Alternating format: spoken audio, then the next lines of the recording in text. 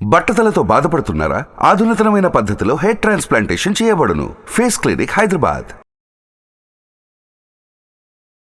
నమస్కారం అండి, డాక్టర్ శ్రీ ఆచార్య ఆనందకృష్ణ స్వామి గారు. నమస్కారం అమ్మా. సో మీరు అన్నట్టుగా ఇలా కాంపిటీటర్గా ఫీల్ అవ్వకుండా ఉండాలి అన్నా, ఈ నెగిటివ్ వైబ్స్ పోవాలి అన్నా, చాలామందికి ఒక్కసారిగా పూర్తవని పని. మన క్లాసెస్ వాళ్ళకి చాలా అవసరం. ఎస్పెషల్లీ మహిళలు ఎదురు చూస్తూ ఉన్నారు. హైదరాబాద్లో కావచ్చు, విజయవాడలో కావచ్చు, క్లాసెస్ ఎప్పుడు నిర్వహిస్తున్నారు? ఒకసారి డేట్లకు సంబంధించిన వివరాలు చెప్పగలరా సార్? ఓకేనమ్మా, మనకి ఇప్పుడు ఈ మార్చ్ 31 వచ్చి తిరుపతిలో క్లాస్ ఉందమ్మా. అలాగే మనకి 7th ఏప్రిల్ మనకి హైదరాబాద్లో స్పెషల్ క్లాస్ ఉంది. 7th ఏప్రిల్ హైదరాబాద్లో స్పెషల్ క్లాస్కి ఖచ్చితంగా రెగ్యులర్ క్లాస్ అటెండ్ చేస్తే మీకు బాగా అర్థమవుతుంది. ఒకవేళ మీరు మేధావులు అనుకుంటే డైరెక్ట్ రావచ్చు, ఇబ్బంది ఏం లేదు. ఎందుకు రావాలి స్పెషల్ క్లాస్ అంటే, దీని తర్వాత మనకు గోవా సెషన్స్ క్లాస్ ఉంది 3 days, May 28, 29, 30. అది చాలా ఎక్సలెంట్ వైడ్ సబ్జెక్ట్, అది depth and wide subject. 3 days అందుకే టైం సరిపోదు, మనం 1-2 రోజులు సరిపోదు. కాబట్టి ఒకవేళ ఆ సబ్జెక్ట్ నేను తెలుసుకోవాలనుకుంటేనే స్పెషల్ క్లాస్ అటెండ్ చేయండి. లేదా స్పెషల్ క్లాస్లో ఇంకా సబ్జెక్ట్ డెప్త్ నేర్చుకుంటా అంటే స్పెషల్ క్లాస్ అటెండ్ చేయండి. అంతకంటే ఇంకా వైడ్గా నేర్చుకుంటా అంటే గోవా క్లాస్కి రండి. స్పెషల్ క్లాస్ వస్తేనే గోవా క్లాస్కి రావాలి, లేకపోతే పర్మిషన్ ఉండదు. ఓకే. ఆ తర్వాత మనకి 2nd జూన్ వచ్చేసి విజయవాడలో ఉంటుందమ్మా. అలాగే 9th జూన్ వచ్చి అనంతపూర్లో ఉంటుంది. అలాగే 14th ఏప్రిల్ మనకి హైదరాబాద్లో రెగ్యులర్ క్లాస్ ఉంటుంది. 14th ఏప్రిల్ రెగ్యులర్ క్లాస్ హైదరాబాద్లో ఉంటుంది. అలాగే 23rd జూను వైజాగ్లో ఉంటుంది, విశాఖపట్నంలో. అలాగే 7th జూలై రాజమండ్రిలో ఉంటుంది.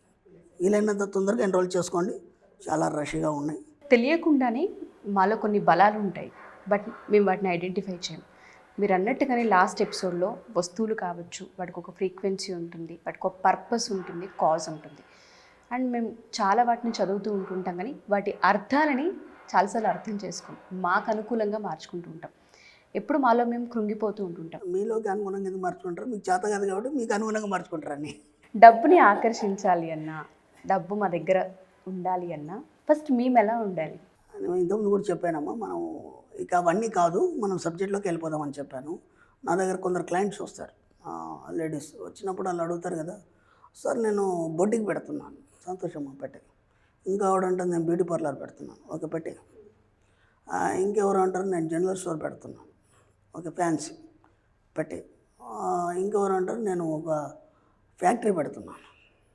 ఇంకొకరు నేను ఒక మ్యానుఫ్యాక్చరింగ్ కంపెనీ పెడుతున్నాను. చాలామంది చాలా రకాలు చెప్తుంటారు. ఓకే, ఇబ్బంది ఏం లేదు. ఆ తర్వాత కొన్ని రోజులకి ఒక 3 నెలలు కాగానే మళ్ళీ వస్తారు నా దగ్గరికి.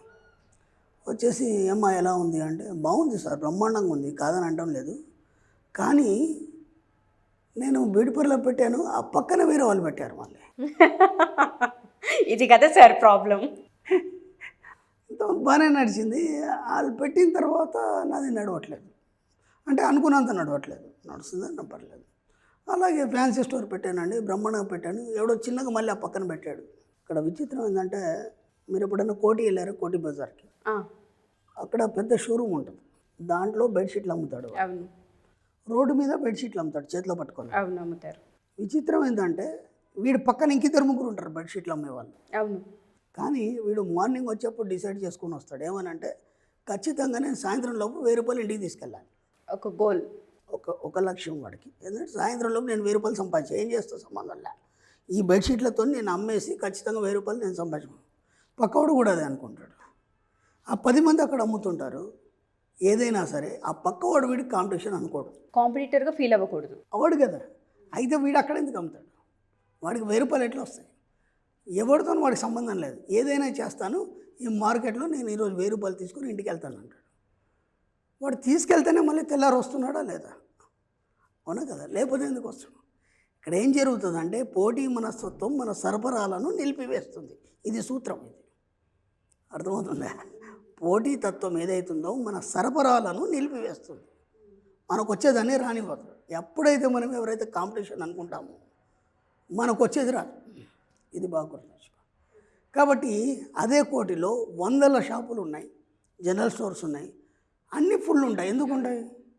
వాళ్ళు ఏనాడు నాకు ఎవరు కాంపిటీషన్ అనుకోరు.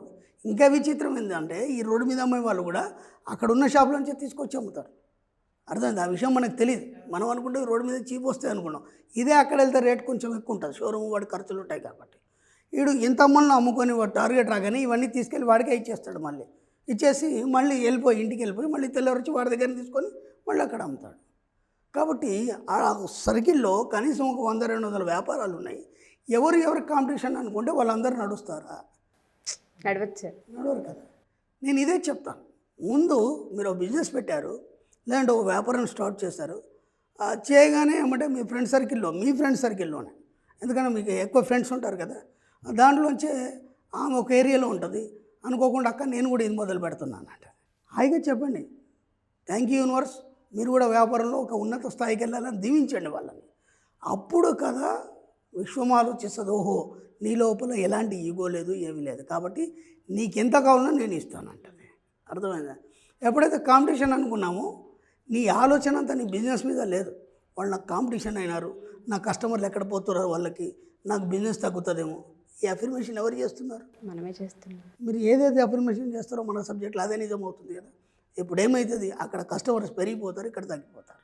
మీకు మీరే అఫర్మేషన్ చేసుకున్నారు. నేను ఇంతకుముందు కూడా చెప్పాను, పిల్లల విషయంలో కానీ భర్త విషయంలో కానీ మీరు ఎక్కడ కూడా ఎవరిని డిస్టర్బ్ చేయకండి.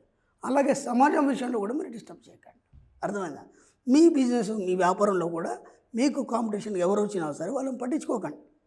మీ క్వాలిటీ, మీ మీద మీకు నమ్మకం, మీరు ఎలా అమ్మగలుగుతారు, అంత టాలెంట్ మీకు, అవన్నీ మర్చిపోయి ఆ కాంపిటీషన్ వాడి గురించి ఎందుకు ఆలోచిస్తారు? 10 బ్యూటీ పార్లర్లు పెట్టుకోండి, నీకెందుకు?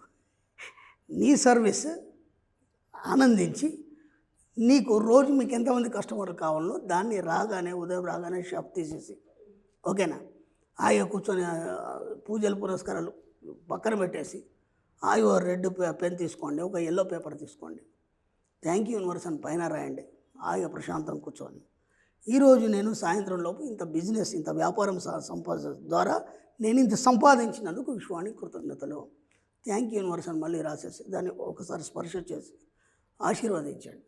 మీకేం కనిపించాలి పొద్దున్న సాయంత్రం వరకు? మనం ఏదైతే రాసామో ఆ విజనే కనిపించింది. అంతే. కస్టమర్లు వచ్చారా రాదా అవన్నీ సంబంధం లేదు. ఇప్పుడు ఏమైందంటే సపోజు మీకు అక్కడ ఒక 2,000 తక్కువ ఉంది, మీ టార్గెట్లో 2,000 తక్కువ ఉంది. తక్కువ ఉన్నప్పుడు మీరు అమ్మో 2,000 తక్కువ ఉంది, ఇప్పుడు ఈ టార్గెట్ కంప్లీట్ కాలేదన్న ఆలోచన ఉంటుంది కదా. లాస్ట్ కస్టమర్ వచ్చి మీరు 1,000 రూపాయలు చెప్తే మీ సాటిస్ఫాక్షన్ చూసి ఇంకో 2,000 ఎక్కించి వెళ్ళిపోతాడు. ఇక టార్గెట్ కంప్లీట్ కావాలి కదా. మీకు ఇది మాత్రమే కనిపించాలి, ఇంకేం కనిపించద్దు. అర్థమవుతుందా లేదా? కాబట్టి మీ వ్యాపారాన్ని పెంచుకునే ఆలోచనలు చేయాలి తప్ప ఎవరో పోటీదారు మనకు వస్తున్నారో కాంపిటీషన్గా నా బిజినెస్ ఏమవుతుందో ఈ ఆలోచనలు అన్నింటి ముందు రిమూవ్ చేసేయండి. అర్థమైందా? హాయిగా వాళ్ళతో కూడా మంచిగా హాయ్ ఎలా ఉందండి, బాగుందా లేదా, మంచిగా సరదాగా మాట్లాడండి, ఓకేనా? ఎందుకంటే వాళ్ళు కూడా ఎదగాలని మనం కోరుకోవాలి కదా.